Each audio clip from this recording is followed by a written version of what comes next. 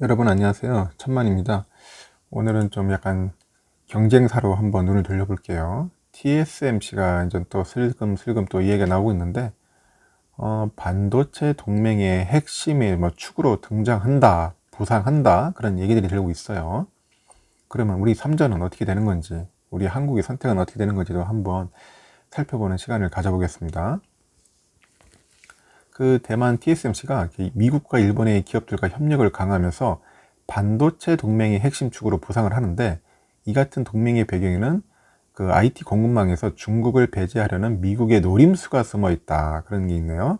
그 미일 대만과 중국 가운데 어느 한쪽 편을 들기 힘든 한국의 경우는 난감한 상황이 예상된다. 그 대만의 TSMC는 그 알잖아요. 그 세계 최대 반도체 파운드리 업체인데, 파운드리는 설계를 하지 않고 그냥 반도체 생산하는 업체잖아요. 그 팹립스 업체가 반대되죠. 그 반도체 업계에서 팹은 공장을 의미하는데, 공장 없이 설계만 하는 그 기업을 팹리스라고 부릅니다. 그 대만의 그 시장 조사 기관인데, 그 트렌드포스에 따르니까 TSMC는 2020년 기준 세계 파운드리 시장에서 그 점유율이 지금 대략 한 54% 차지하고 있어요. 그 1위를 하고 있고, 뭐 압도적인 1위라고 하는데, 일단은 뭐 50% 넘으니까 TSMC 지난해 매출이 1조 3,393억 달러입니다. 그래서 대만 달러인데 약 52조 정도 됩니다. 52조 5천억 정도 돼요. 역대 최대 실적을 올렸죠, 매출을. 그 TSMC는 그 대만 그 반도체 업계 대부라는 말을 듣고 있는 그 장중마오 전 회장이 세운 그 회사입니다. 미국 MIT 기계공학과 석사학위하고 스탠퍼드 그 전기공학과 박사학위를 취득했다 하죠. 그 모리스 창. 그 1955년 미국 그 실바니아 전제에 들어갔다가 그 반도체 업계에 입문했어요. 들어가서 그 텍사스 인스트루먼트에서 한 25년간 일하면서 부사장까지 지낸 인물입니다.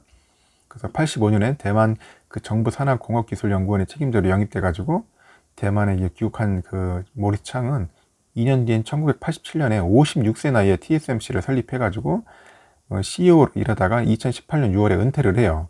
그 장 전 회장은 퇴임사에서 앞으로 10년 이후에도 세계는 지금처럼 TSMC를 필요로 할 것이다. 중국의 반도체 산업이 상당히 발전해도 TSMC를 뛰어넘지 못할 것이라고 그렇게 밝혔습니다. 뭐 자기 뭐 그렇게 큰 소리 친 거죠, 결론은. TSMC가 승승장하고 있는 비결이 무엇보다도 뭐 기술력이라고 해요. 그 반도체 산업은 크게 메모리 반도체하고 시스템, 뭐 파운드리 세 분야로 나뉘는데, 그 메모리 반도체는 그 데이터 저장용 반도체로 한국의 삼전이 세계 1등이잖아요. 시스템 반도체는 연산 처리를 담당하는 두뇌 격으로 미국 인텔이 세계 최고고요. 그 파운드리는 TSMC가 최고예요.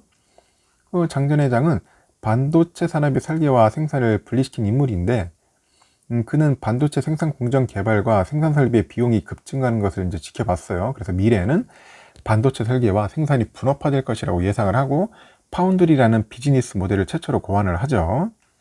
그가 TSMC를 창업할 당시에는 세계 반도체 산업은 미국 IBM, 일본 도시바 등 종합 반도체 기업들이 장악을 하고 있었어요. 그 종합 반도체 기업이라는 것은 그 반도체 설계랑 생산을 모두 받는 기업을 말합니다. 그래서 그는 그 TSMC를 창업하고 이후에 31년간 한우물을 판 거죠. 그 기술력 개발에 총력을 기울였고, 그 TSMC는 그동안에 뭐 10나노, 뭐 7나노 등의 개발을 선도하면서 세계에서 가장 앞선 기술력을 이제 부여하게 된 거예요. 자칭. 그는 그 파운드리 업체가 나가야 할 방향은 오로지 기술 리더십을 계속 유지해 가는 것이라고 막 강조를 하면서 계속 나간 겁니다. 그래서 장 전 회장이 그 후계자인 류더인 회장도 이른바 무어의 법칙을 거론하면서 TSMC가 잘 나가는 비결은 압도적인 기술력이라고 이렇게 뭐 언급을 했습니다. 그 인텔의 창업자 고든 무어가 제시한 그 무어의 법칙은 뭐냐?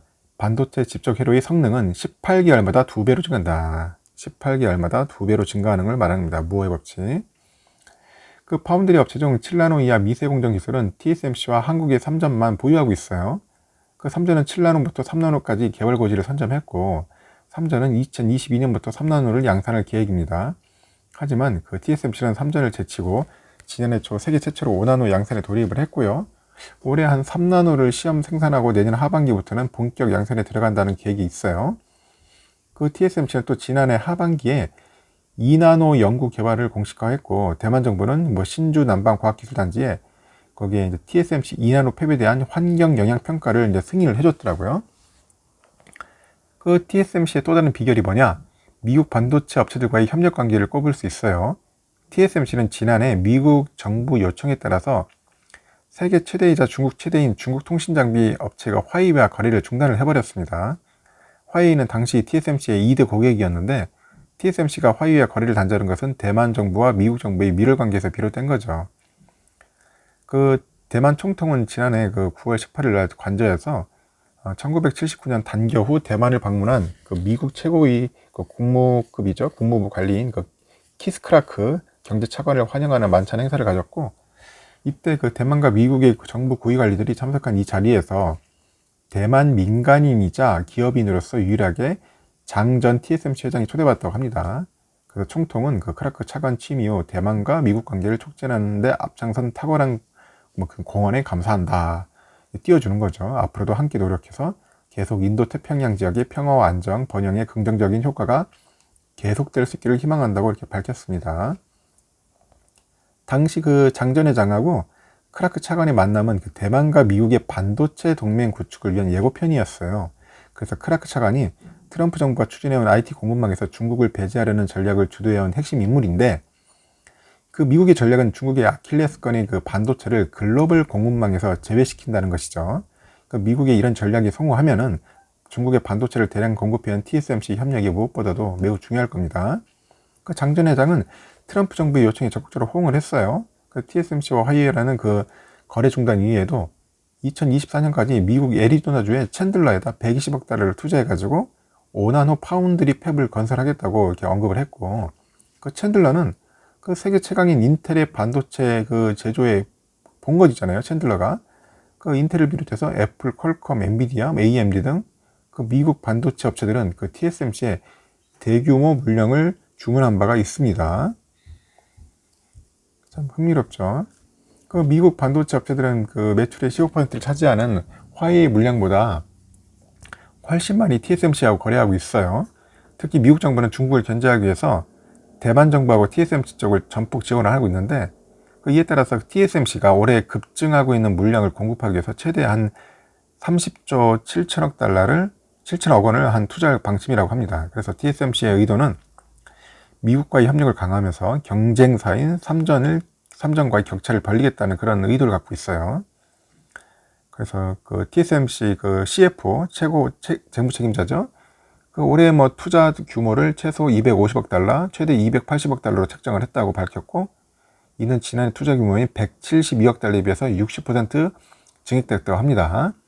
그래서 황 CFO는 투자 확대는 수요 증가를 충족시키기 위한 것이다, 이렇게 강조를 하고 있어요. 여기서 특히 주목할 게 뭐냐, 그 TSMC는 바이든 정부에서도 미국 반도체 업체들과의 관계를 더욱 강화할 것이라는 것 전망이 보고 있고, 바이든 정부 입장에서도 볼 때 자국 반도체 업체들하고 TSMC의 협력 관계를 구축해서 반도체 동맹을 맺고요. 중국의 반도체 굴기를 막는 것이 기술 패권 경쟁에서 승리하는 방안이 될 수 있다고 보고 있는 거예요. 그래서 바이든 정부에서는 또 TSMC는 물론 대만 정부와 협력해서 반도체 기술이나 장비 등이 중국으로 유출되는 상황을 봉쇄할 수 있겠죠. 그래서 바이든 정부는 트럼프 정부와 마찬가지로 그 화웨이 때리기에 이제 적극 나서고 있는 겁니다. 바이든 정부도 이제 화웨이를 신뢰할 수 없는 공급 업체로 규정을 했고요. 그 미국과 대만 정부는 조 바이든 대통령 취임 이후 열린 그 고위급 경제 회담에서도 반도체 공급망을 재구축하려고 합의했고, 그 미 국무부의 그 부차관보하고 그 대만 경제부 장관이 2월 6일 화상으로 이제 양국의 고위급 경제 회담에서 이같이 결정을 했어요. 그 당시 회담에는 그 미국에서 퀄컴 등 기업들의 고위 간부와 재계 단체들이 그 대표들이 이제 대만에서는 뭐 TSMC와 미디어텍 등 그 고위 간부들이 각각 배석을 해가지고 양국은 현재 전 세계적으로 심각한 공급 부족 사태를 빚고 있는 차량용 반도체 생산하고 뭐 공급에 협력하자, 이렇게 협의를 한 거죠. 그 미국 기업과 그 재계 단체 대표들이 이제 반도체 동맹 구축을 위해서 미국과 대만 간 그 FTA를 체결해야 한다고 강조를 하고 있네요. 그리고 더불어 또 눈에 띄는 게 보면 TSMC가 200억 엔을 이제 투자해가지고 도쿄 인근인 그 이바라키현 스쿠바시에다 반도체 R&D 회사를 설립한다는 그런 얘기들이 또 나오고 있습니다. 결국 일본에 처음 진출하는 건데, TSMC가 일본에 신설하는 자회사가 반도체 후공정 가운데 이게 패키징 작업하고 관련된 기술 개발을 담당할 계획이에요. 그 TSMC는 일본 자회사 설립 등 그 대규모 투자를 위해서 약 1조 원 규모의 회사채까지 발행하기로 결정했고요. 이와 관련해서 니온게이자 신문에서는 TSMC가 앞으로 일본에 파운드리 공장을 설립하는 방안도 검토하고 있다면서 일본 정부가 TSMC의 투자를 유치하기 위해서 적극적으로 노력해왔다고 이렇게 보도를 했습니다. 그 TSMC는 대만에서 이미 일본 기업들과 활발히 협력하고 있고, 도쿄 일렉트론이나 시네스 화학이나 JSR, 스크린 세미컨덕터 솔루션, 썸코 등 일본의 그 다양한 업체들은 모두 TSMC의 주요 부품 공급 업체들이에요. 일본 경제산업성에서 반도체를 전략 사업으로 보고 있고요. 보조금 등을 지급해서 TSMC하고 일본 기업들과의 협력 강화를 지원할 방침인 거죠. 그럼 TSMC가 미국과 일본에 반도체 파운드리 공장과 R&D 시설을 가동하면은 미국 정부가 구축하려는 중국을 견제하기 위한 반도체 동맹이 현실될 수 있는 거죠. 이제 동맹이 현실되는 거죠. 이 경우 TSMC는 미국, 일본, 대만의 반도체 동맹에서 핵심 축이 될 것이 분명할 것 같아요. 그래서 TSMC라도 미일 양국 정부의 전폭적인 지원을 받아가지고 경쟁사인 삼전을 제치고 파운드리 시장에서 독주 체제를 완전히 굳힐 수 있는 계기가 될 수 있다고 보고 있는 겁니다. 그 한국 반도체 업체들은 참 난감한 입장입니다. 삼전은 중국 시안, SK하이닉스, 중국 우시, 충칭의 반도체 공장을 가동하기 때문에 미일, 대만과 중국 가운데 어느 편을 들기 힘든 상황입니다. 이렇듯 지금 TSMC가 상당히 지금 나름대로 적극적으로 좀 액션을 취하고 있습니다.